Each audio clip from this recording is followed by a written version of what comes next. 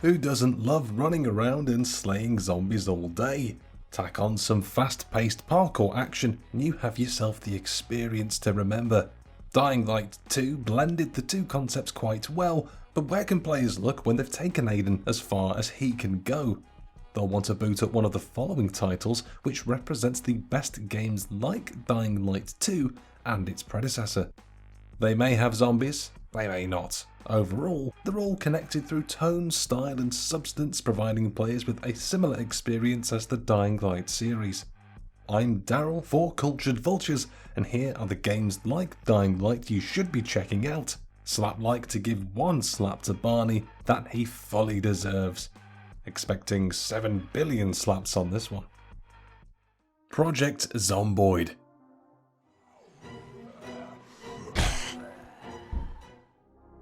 Remember early previews of Dying Light 2 which promised a fully dynamic world that would change with the decisions players made? The finished product was far from what many expected, but that doesn't mean you can't find the experience elsewhere. Project Zomboid may be an indie title, but its focus on mechanics and survival allowed the Indie Stone to create a zombie-centric game where every decision really does carry weight. Whether you play alone or with friends, Project Zomboid tests your abilities to survive in a zombie apocalypse. And it's not just the zombies you have to worry about, as depression, hunger, thirst, various illnesses and even boredom will hinder progress.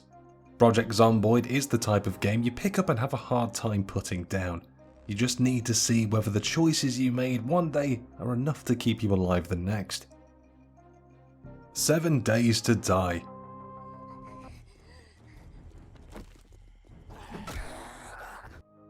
Take Dying Light, strip away the parkour, minimise the narrative and add survival elements, and you have 7 Days to Die.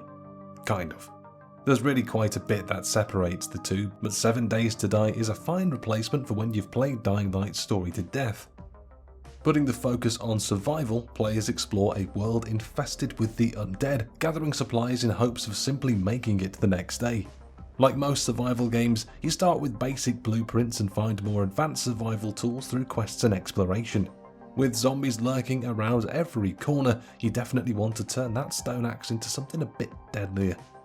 7 Days to Die is a bit slower than Dying Light, requiring patience as you can't quickly parkour to your destination, but the payoff is a solid survival title set in a decaying world. Just try to get past the fact that it looks like a PS2 smeared in Vaseline that you're trying to play while at the bottom of a well, and it looks great. We're kidding, it always looks bad. GTFO. It's supposed to be a simple trek into the complex to complete a series of work orders.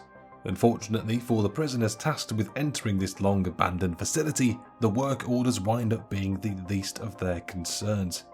Overrun with sleepers, the complex poses a unique challenge as players have to explore and scavenge resources that make survival possible.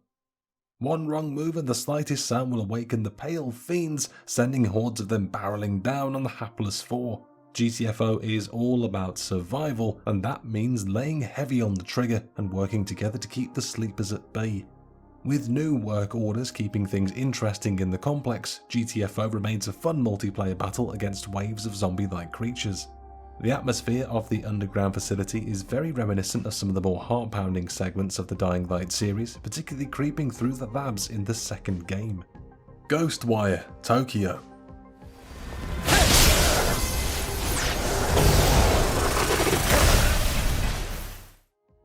No, spirits are not the same as zombies, but they can be just as much of a nuisance, especially if they've overtaken an entire city. Ghostwire Tokyo may seem very different from Dying Light, with elemental spells replacing bludgeon weapons and firearms, but the traversal is quite similar. In fact, set Dying Light in Tokyo and you may better see parallels between the two games. Ghostwire is imbued with Tango's signature weirdness, but it works well to create an action-packed battle against the supernatural. In fact, Ghostwire looks like Tango took the speed of Dying Light and mingled it with some of the designs from The Evil Within, and that's definitely nothing to complain about. Ghostwire is a unique experience that can help taper the want for fast-paced horror-themed gameplay. Ghostrunner.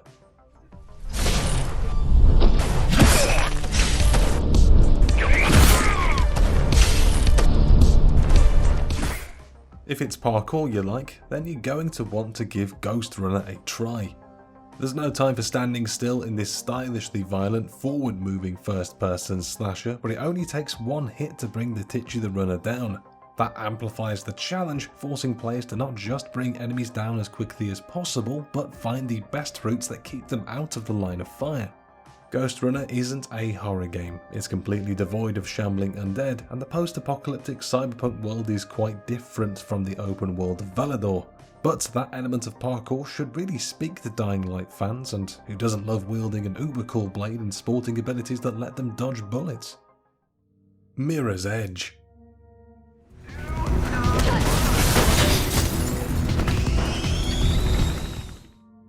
Seven years before Techland let players dropkick zombies and use their heads as stepping stones, DICE was trying to perfect fast-paced action-adventure platforming with Mirror's Edge.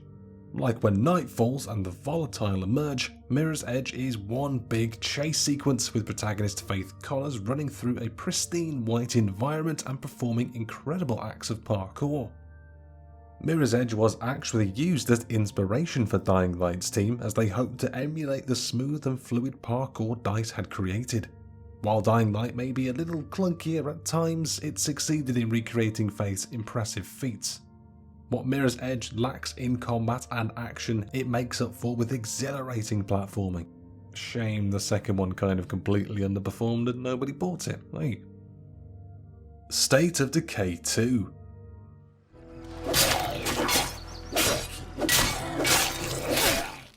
If you like games with content, State of Decay 2 has a ton of it. In fact, you can easily spend nearly 100 hours exploring the open world, completing quests, clearing infected zones and rescuing survivors. In this third-person zombie romp, players can swap between survivors, customizing each one to serve a specific purpose. Create leaders and reserve the weakest for zombie fodder as you build up your base, constructing beds, med bays and more to attract more mouths to feed. State of Decay 2 requires players to carefully manage resources while eradicating as much of the zombie threat as possible. There is no shortage of undead to go up against, but unlike in Dying Light, when a survivor dies, that's one less person for players to control. When they all perish, it's game over, and the zombie horde has succeeded in overtaking humanity. Dead Rising 2.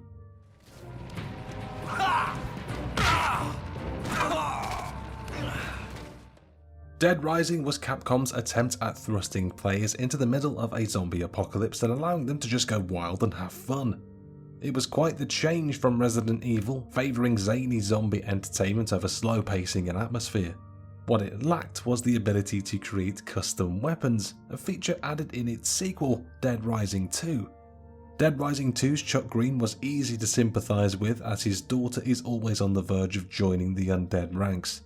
Like Aiden in Dying Light 2 though, all she needs is the antidote.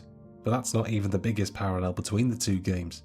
To survive in Dead Rising 2, Chuck has to craft an array of weapons, many of which you'll swear you've seen in Dying Light. Dead Rising 2 has a lot to offer, from a fun Vegas-like setting to a never-ending horde of undead just asking to be shot, stabbed, bashed, decapitated, electrified and blown up. Check out its DLC, Off the Record, if you want more Frank West. Dead Island.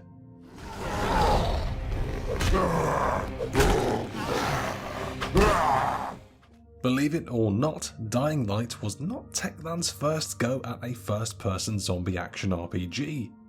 4 years earlier, it had dropped players in the tropical paradise of Banoi in the middle of a zombie outbreak. Unlike Dying Light, Dead Island was a bit slower paced, favouring patience and careful decision making. It was also a bit more of a horror title as even the lesser zombies posed a significant threat. Now it's a bit of a toss up whether you'll like Dying Light or Dead Island more. They're two very different games in tone and pacing, but share similar elements like weapons, modding, mutant zombies and character abilities. If it's a more tempered zombie horror game you're looking for, Dead Island may be more your speed. It's completely devoid of all parkour and quick on-foot traversal, and rushing through the tropical environment will only spell doom. Speaking of things that are doomed, anyone up for Dead Island 2? Like 20 years too late? Hello? Dishonored.